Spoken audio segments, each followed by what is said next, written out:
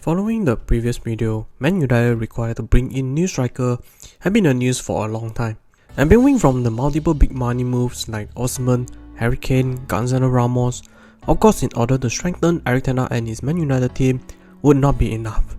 But bringing in more than one of these names should be a tall task on itself, due to their respective team were well documented as a difficult team to deal.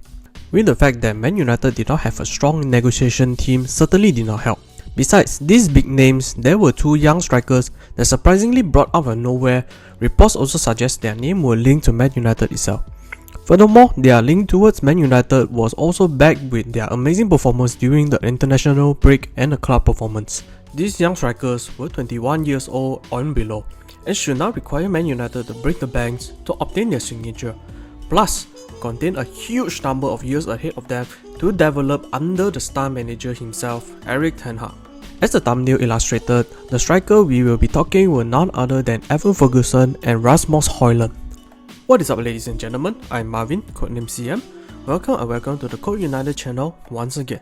Ferguson and Højlund had hit us Randy Orton RKO out of nowhere style, brought out under the spotlight with a number of rumors Man Utd scouting them or highly interested in them. In fact, Man Utd during the Sir Alex Ferguson era consistently signed players in their early stage of career, then gradually developed them into a solid to superstars players. Some great names like David De Gea, brought in as a 19-year-old prospect, had become one of the top tier goalkeeper. Chris Smalling, brought in as a 19-year-old defender, recently become a solid centre back that's still capable to perform at the higher stage. Another famous or infamous case was the main man Cristiano Ronaldo, brought in as an 18-year-old trickster, going into a name that known across the globe. Unfortunately, Man Utd, despite having a great track record of developed young players, Man Utd after Sir Alex Ferguson had hardly any players with that kind of spark development. The closest is probably was Anthony Martial, but as we know the story for him.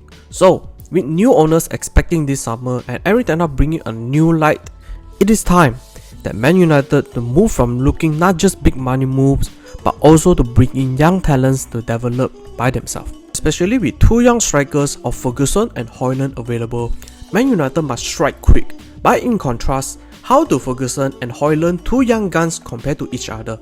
In this video, we'll be looking into the comparison of Evan Ferguson and Rasmus Højlund and who will be much better to bring in for Man Utd.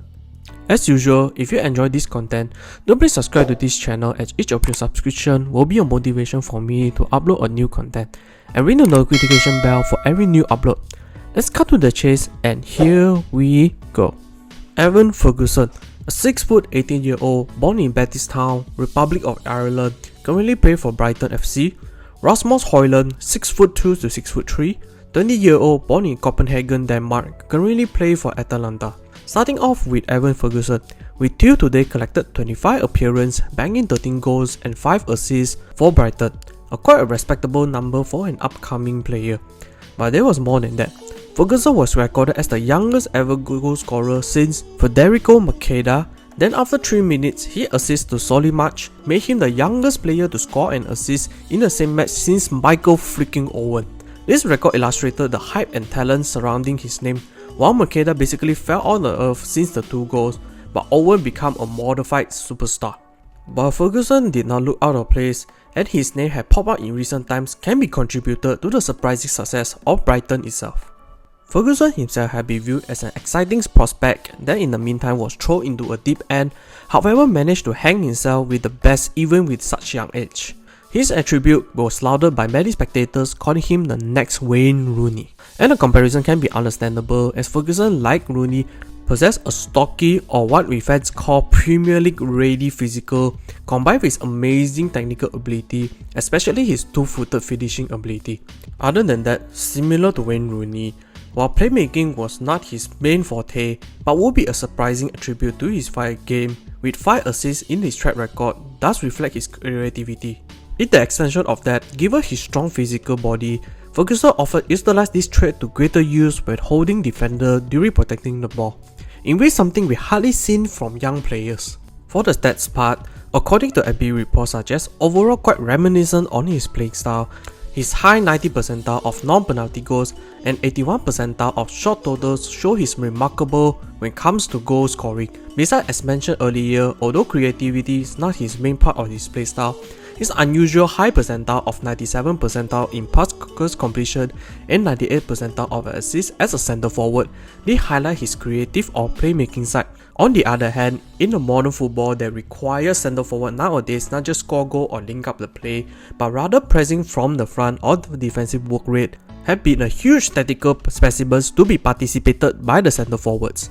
Ferguson did not slack off on that part. His aggressive nature had him consistently press the opponent on the ball, and his above average to 80 percentile for the defensive aspect like tackles or blocks saw him view the Irish striker as quite a hardworking player. Of course, not all players was perfect. On the other side of things, Ferguson, although had amazing finishing and dribbling, his link-up play needs some work done, as his high pass completion did not favour him as a good passer nor a link-up player, but rather his progressive passing or touches at the opponent box was quite below average. Besides, his defensive work rate was splendid, but not quite sure was the Irish striker yet to complete used to the Premier League tempo, as he often gassed out during the later part of games as he may press too aggressively. Overall, his fitness may need some training as he rarely have a full 90 minutes play this season. While moving to the Danish striker Rasmus Højlund will be a different breed in general. This season till today, Højlund appeared in 33 matches, collected 14 goals and 5 assists for Atalanta. Højlund first of all was a name that a week ago not a single person breathing out his name. In spite of that, with the performance during the international break saw him bagging 5 goals in 2 matches, including a hat-trick in his first international start for Denmark national team against Finland.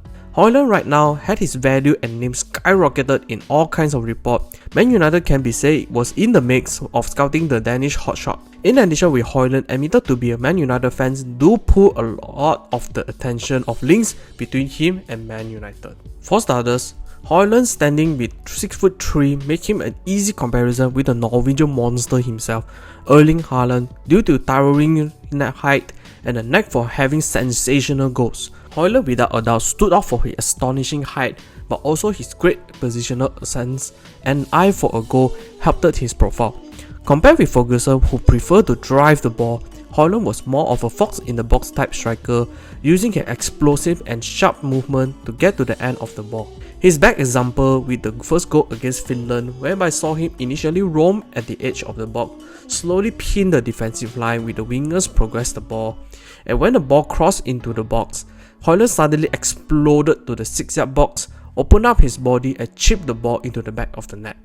Other than that, other 2 of his goals came at a similar style, scoring mostly close to the goal.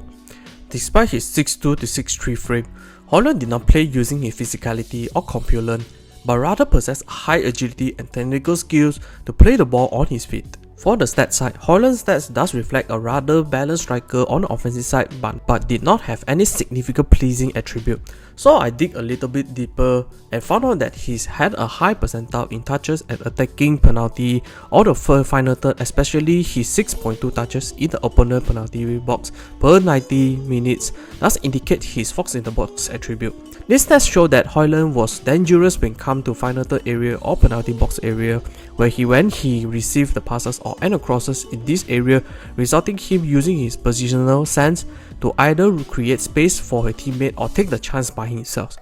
Besides, Højlund also had a decent to great link-up players, but only at the final third action, and he likes to drop off the forward line and drift on both left or right half spaces to create action with other teammates. Of course, on the other side of things, Højlund did contain some worrying aspect of his game. In contrast to Ferguson's high defensive work rate, Højlund was atrocious in that aspect, and the stats did not lie. We can see his defensive work rate in terms of tackles, clearance or blocks were very bad to say the least, and required to have some work to be done. In addition, although with great height, Højlund did not have great aerial ability as he had only 35.5% aerial win rate, in which was slightly worse than Weghorst's aerial stats. This may hinder teams that would like to go direct and seek him as a target man to win the aerial ball possession. In short, both Højlund and Ferguson were young guns to be taken into account for Man United, as both strikers also can provide a different type of playstyle, as Ferguson brings the raw physical talent and devastating shooting prowess, but lesser side on the linking up the play, while Højlund brings a more elegant and box-present goal scorer but lesser on the defensive end. In my humble opinion, I would put two different scenarios for the current Man United squad, that I would choose Ever Ferguson due to his more energetic and raw direct approach would much more benefit Bruno or Eriksen passing contribute. But for Erik Ten Hag vision on the team, I will put Højlund due to his slightly more complex of his game, as current Man United squad, especially the wings, who were more of a goal scorer than a creator, that were unable to utilize Højlund's box movement. As for right now, I think that Ferguson may be a slight better choice than Højlund himself. That's the end of the video. What do you guys think? How would you choose between Ever Ferguson and Rasmus Højlund? Comment down below so that we can have a discussion. Hope you all enjoyed this video. I will see you all in the next one.